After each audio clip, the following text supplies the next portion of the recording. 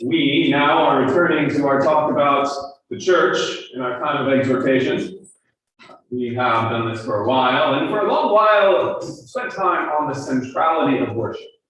We spent a long time on that because it really is the center of what we are doing. And we spent a long time looking at the biblical liturgy we are given. Then, after that, I said that we would launch out and to talk about other elements of the church. Important, necessary, not as central as worship, and yet elemental to the church. I call these our fleet of ships. I know, big for me, but after worship, it's fellowship, discipleship, leadership, and lordship. We discussed the importance of fellowship already, which was the devotion of the early church that we read about in Acts 2:42. They were continually devoting themselves to apostles' teachings and fellowship. So that brings us to the next one in our fleet, and that is discipleship, which also was a devotion of the early church, and more than a devotion. It was also born, sprang from the command given to the church at the ascension.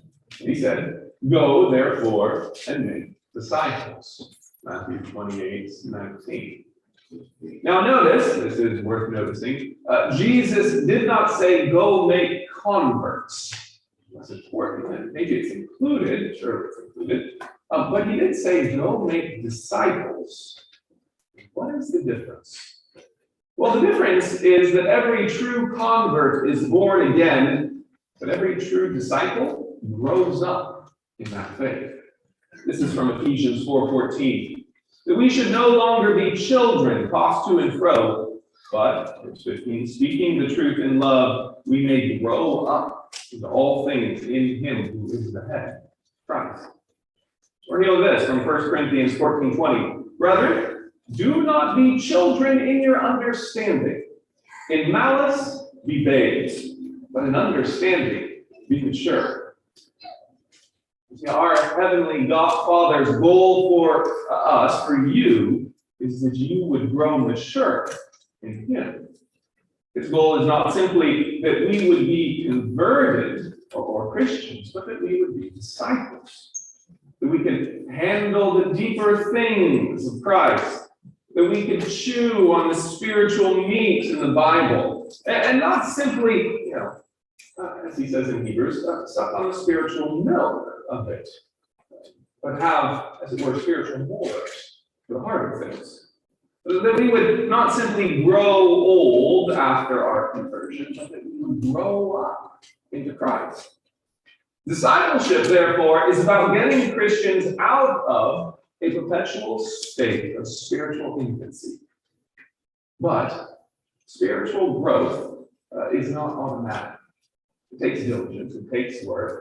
Spiritual growth takes spiritual sweat.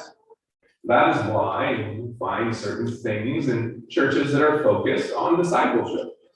Sermons will have big words in them. Theological depth and doctrinal shop talk. It's why we work hard here, in other churches as well, to have Sunday schools and catechism classes. It's why we have, you may do this summer to join, if you can, a Bible study or a book study during the week. Why, when someone asks me about a book or an idea, I usually give them one off my shelf or order it for them. This is my prayer for our church. The Great Commission is God's commission that we get serious about our faith.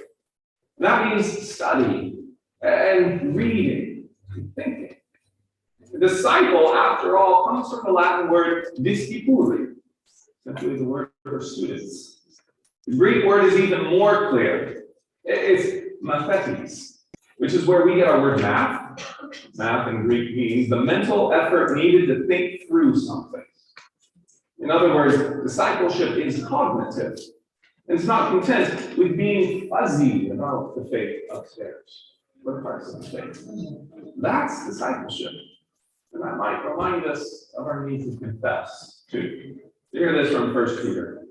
Therefore, humble yourselves under the mighty hand of God, that he may exalt you in due time, casting all your cares upon him, for he cares for you.